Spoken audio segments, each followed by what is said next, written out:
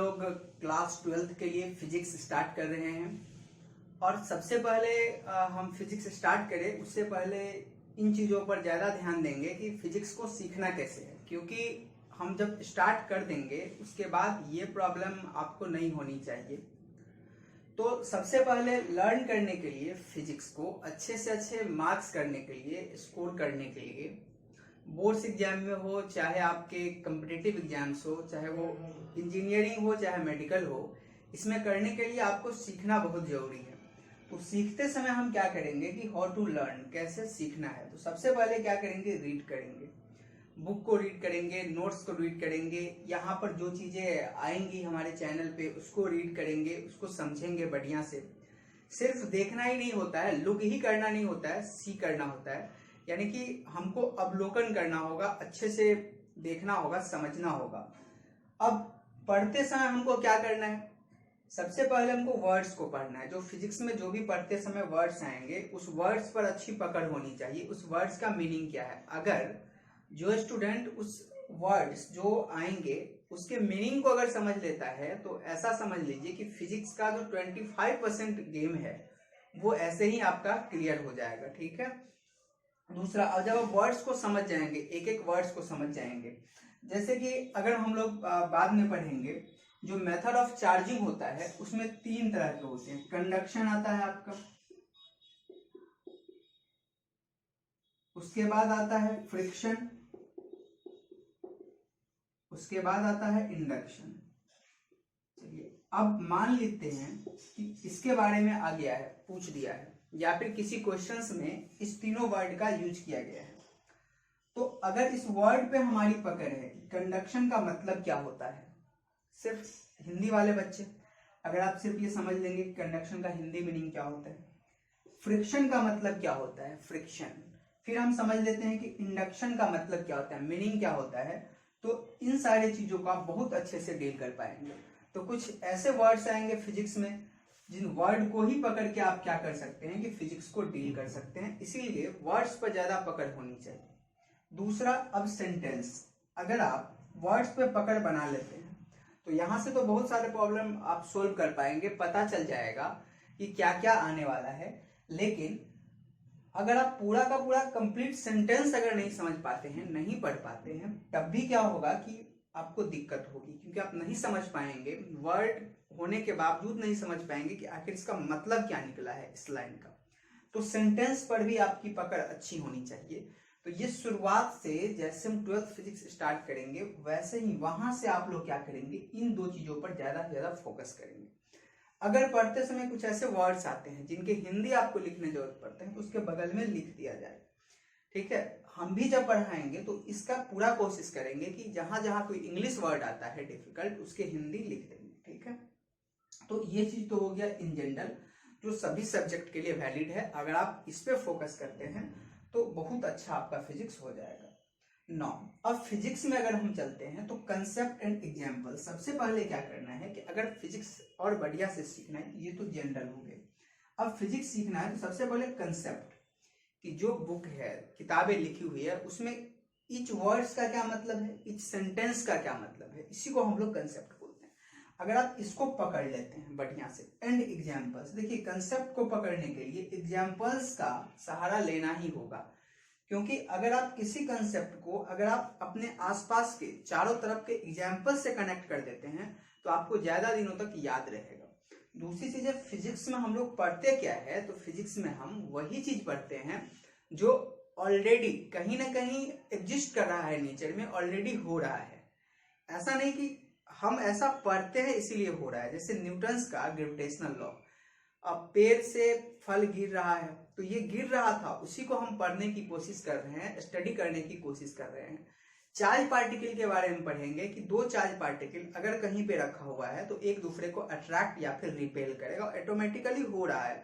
तो इसको फील करने की जरूरत है, क्योंकि फिजिक्स में जो भी कंसेप्ट आएंगे वो ऐसा कंसेप्ट आएगा जो कहीं ना कहीं दुनिया में हो रहा है। ऐसा अगर आप उस एग्जाम्पल से इसको कनेक्ट कर लेते हैं तब आप बहुत अच्छे तरीका से क्या होगा कि आप इसको ये कर लेंगे। ठीक है। ये तो सबसे पहले इन चीजों को पकड़ना जरूरी है। अब यहां से क्या होगा, आपकी अंडरस्टैंडिंग काफी अच्छी बनेगी। आपको कितना भी कोई घुमाने का कोशिश करेगा फिजिक्स में, आप घूमेंगे फिरेंगे नहीं। और साथ ही साथ क्या होगा कि जो ऑब्जेक्टिव क्वेश्चंस होंगे, जो स्टेटमेंट टाइप से क्वेश्चन होंगे, जो इन जनरली जो कोई भी कॉम्पिटिटिव एग्जाम हो वहां पर पूछा जाता है, और अब तो बोर्ड्स एग्जाम भी पूछते हैं ऑब्जेक्टिव क्वेश्चन, तो ये आपके काफी बढ़िया तरीका से सॉल्व हो जाएगा ये करने से, और फिजिक्स भी अच्छा हो जाएगा। नेक्स्ट क्या है, इलस्ट्रेटिव एग्जाम्पल। अब देखिए कुछ कंसेप्ट ऐसे है जिसको समझने के लिए कुछ न्यूमेरिकल्स करने पड़ेंगे, क्योंकि कुछ एग्जाम में न्यूमेरिकल्स आएंगे। तो उस न्यूमेरिकल्स को समझने के लिए जो कंसेप्ट आप यहाँ पर है उसी से रिलेटेड कुछ एग्जाम्पल्स, जैसे जब थर्मोडायनामिक्स हम कर रहे थे तो जब थ्योरी पढ़ा रहे थे तो उससे रिलेटेड कुछ एग्जाम्पल्स कर रहे थे जो मैथमेटिकल फॉर्मूला आ रहा था, ताकि समझ में आए कि हाँ इसका क्या यूज है, कैसे इसका यूज करते हैं। तो उसी जब आप कंसेप्ट ऑफ एग्जाम्पल्स पढ़ते हैं उसी में आप इलस्ट्रेटिव एग्जाम्पल्स जो न्यूमेरिकल्स है उनको करना पड़ेगा। तो इतना करने के बाद आप क्या करेंगे, हाँ और ये करेंगे आप अगर वर्ड्स और सेंटेंस को अच्छे तरह से ध्यान देंगे, आप सी करेंगे, सिर्फ लुक नहीं करेंगे, तो क्या होगा कि काफी अच्छा फिजिक्स सीख पाएंगे। अब और अधिक से अधिक क्वेश्चन आपसे बने, ठीक है, और अधिक से अधिक आप एरिया को जाने, इसके लिए आपको क्या करना पड़ेगा, प्रॉब्लम प्रैक्टिस करना पड़ेगा। जितना अधिक प्रॉब्लम प्रैक्टिस करेंगे, जितना आप अपने आप को क्या करेंगे, दोहराएंगे, स्ट्रगल करेंगे, जितना आप क्वेश्चंस के साथ स्ट्रगल करेंगे उतना ही आपका फिजिक्स बहुत अच्छा हो जाएगा। तो ये तो था हाउ टू लर्न फिजिक्स, कैसे सीखे चीजों को। इन चीजों पर स्टूडेंट्स बहुत ध्यान देने की रखने वाली बात है, और अगर आप इतना ध्यान रखते हैं तब फिर कोई भी है ना, कोई भी इंसान नहीं है जो फिजिक्स में आपको बीट कर सकता है, या फिर आपको फिजिक्स कभी भी डरावना नहीं लगेगा। तो ये चीज है। नाउ अब हम थोड़ा यहाँ पर आते हैं 12th फिजिक्स पर, कि फिजिक्स सबसे पहले जब पढ़ेंगे तो फिजिक्स में व्हाट, क्या पढ़ना है और कैसे पढ़ना है, ये दो चीजें बहुत इंपॉर्टेंट है कोई भी काम शुरू करने से पहले। क्या करना है और कैसे करना है, ठीक है। तो क्या करना है तो इसमें आ जाएगा आपका सिलेबस, ठीक है, कि क्या पढ़ना है, व्हाट, क्या फिजिक्स 12th फिजिक्स में क्या पढ़ना है। तो अभी हम सिलेबस आपको बताएंगे, और हाउ कैसे करना है, कैसे पढ़ना है। तो देखिए मेरा अभी तक जो ख्याल है, फोकस है, हम ये चाहते हैं कि हम एनसीईआरटी और साथ में जो क्वेश्चंस बैंक है प्रीवियस ईयर के क्वेश्चन बैंक और सीबीएसई का बेसिकली, और जो भी स्टेट बोर्ड है अगर आप बनाते हैं तो जो क्वेश्चन बैंक सीबीएसई का है और एनसीईआरटी है, इसी को साथ में लेके मेरा ऐसा अभी जो स्टार्ट करने से पहले पर्सनल ओपिनियन है कि एनसीईआरटी और क्वेश्चन बैंक को लेके ही हम चले सीबीएसई का, और जितनी चीजें उसमें है उन सारे चीजों को फोकस करके स्टडी करना स्टार्ट करें, और जो हमारा रेंज होगा, जो हमारा रूट मैप होगा वो एनसीईआरटी को फॉलो करेगा, और यहाँ से चीजें आएंगी। ये मेरा ऐसा पर्सनल ओपिनियन है। अगर आप लोग जो बच्चे देख रहे हैं, अगर उनकी कोई ऐसी दूसरी ओपिनियन है कि सर आप इसमें इस बुक को भी शामिल करिए, जैसे किसी के बच्चे को एचसी वर्मा को भी थोड़ा मतलब ये कवर करते चले जाना है, ये चीजें करनी है, तो हम करेंगे। आप नो डाउट आप यहाँ पर बता सकते हैं मुझे कमेंट करके, तभी हम इसमें कुछ करेंगे। अदरवाइज फुल्ली एनसीईआरटी आपको एकदम रेंज में लेके हम चलेंगे, क्वेश्चन भी सोल्व करेंगे एनसीईआरटी का, क्वेश्चन बैंक्स भी करेंगे, ये सारी चीज करने वाले हैं, ठीक है। तो ये चीजें इतनी है। तो ये है कि फिजिक्स स्टार्ट करेंगे, क्या क्या पढ़ना है हमको इसमें, व्हाट क्या पढ़ना है, थोड़ा हम आपको रूट मैप बता देते हैं, उसके बाद हम स्टार्ट करते हैं।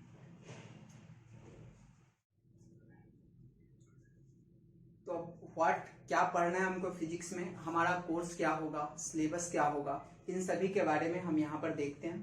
देखिए पूरे जो 12th फिजिक्स है उसको हम 3 पार्ट में बांट के पढ़ेंगे।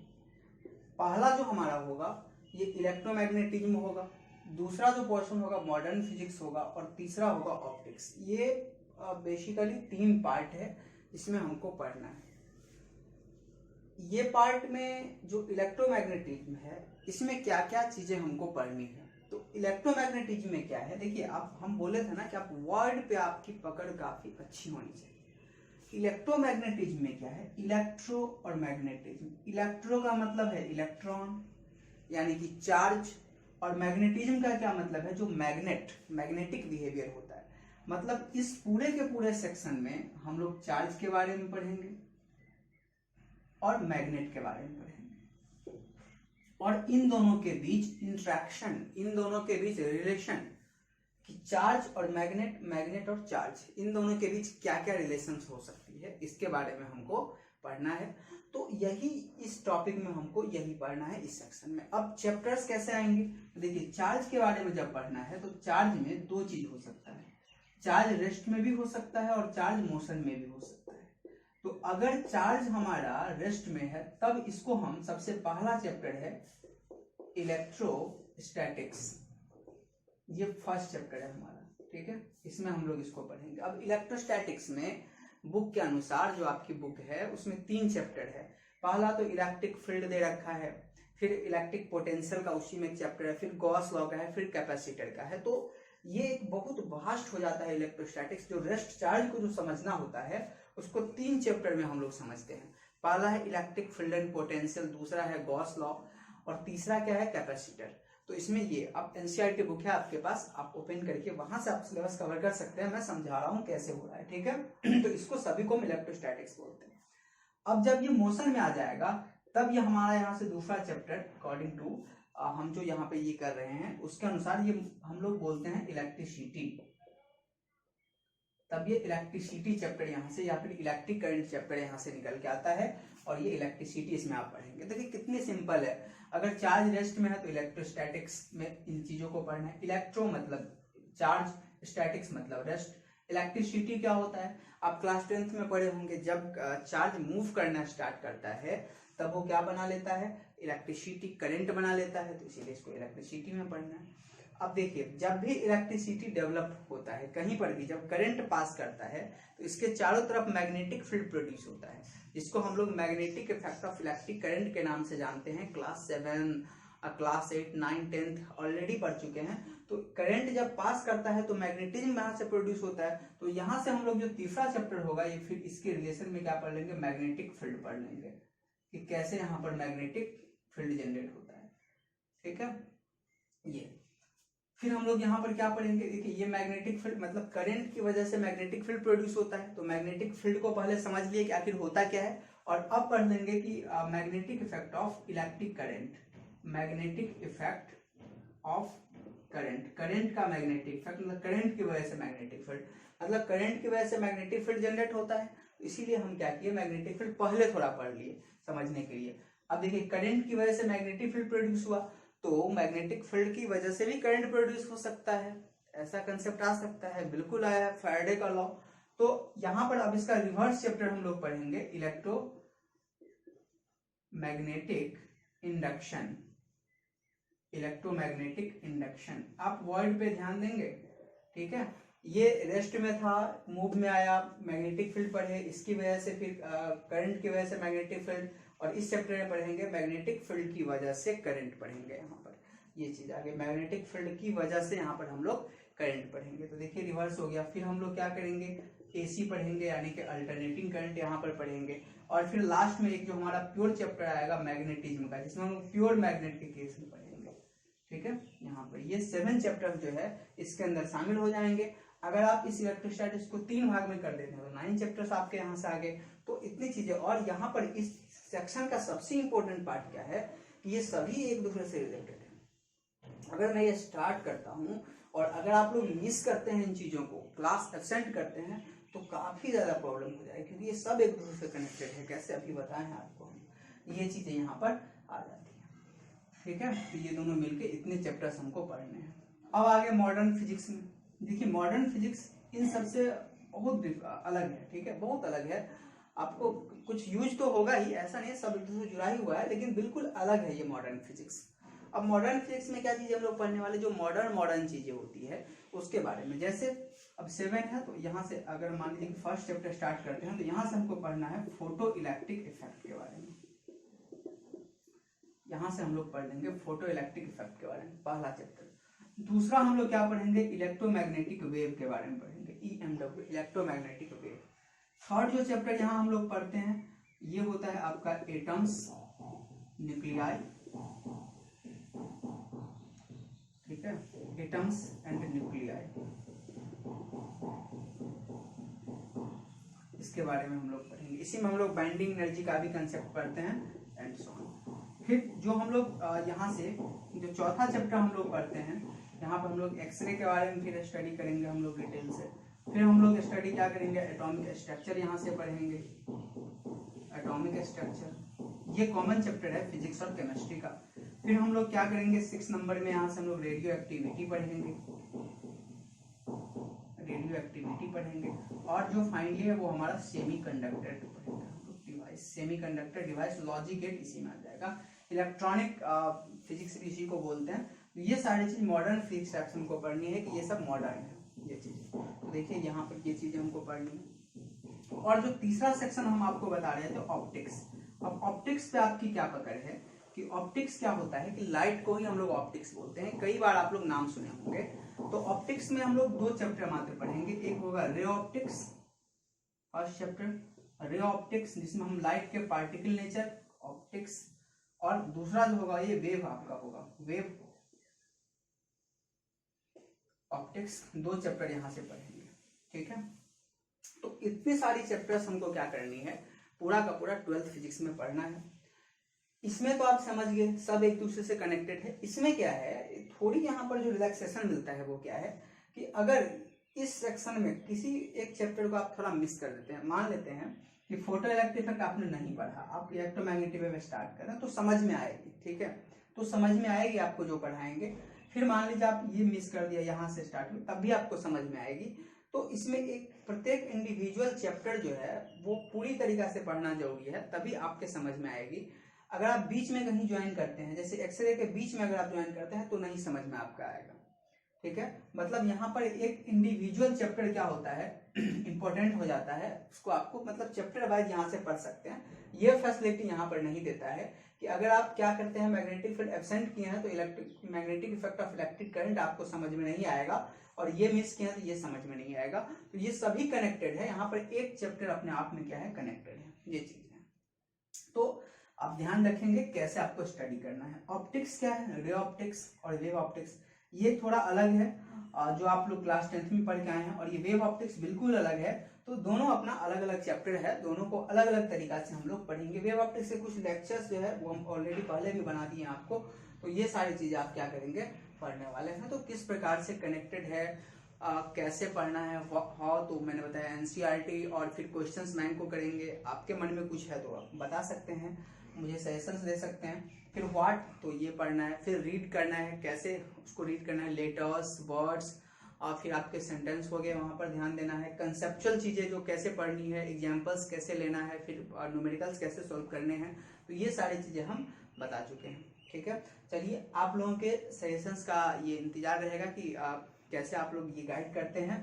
और जो हम नेक्स्ट लेक्चर अब जल्दी बनाने वाले हैं 12th का जो स्टार्ट करेंगे वो इलेक्ट्रोस्टैटिक्स से स्टार्ट करेंगे, और यहाँ से अच्छा एक मॉडर्न फिजिक्स भी हम लोग चाहे तो स्टार्ट कर सकते हैं, ठीक है, मॉडर्न भी। तो चलिए मेरा मन है कि इलेक्ट्रोस्टैटिक्स से स्टार्ट करेंगे, आप लोगों के मन में क्या है बताइए, फिर हम लोग स्टार्ट करेंगे ये चीजें। तो आज के लिए इतना ही, आप लोग अच्छे से लिख लीजिए, एंजॉय कीजिए।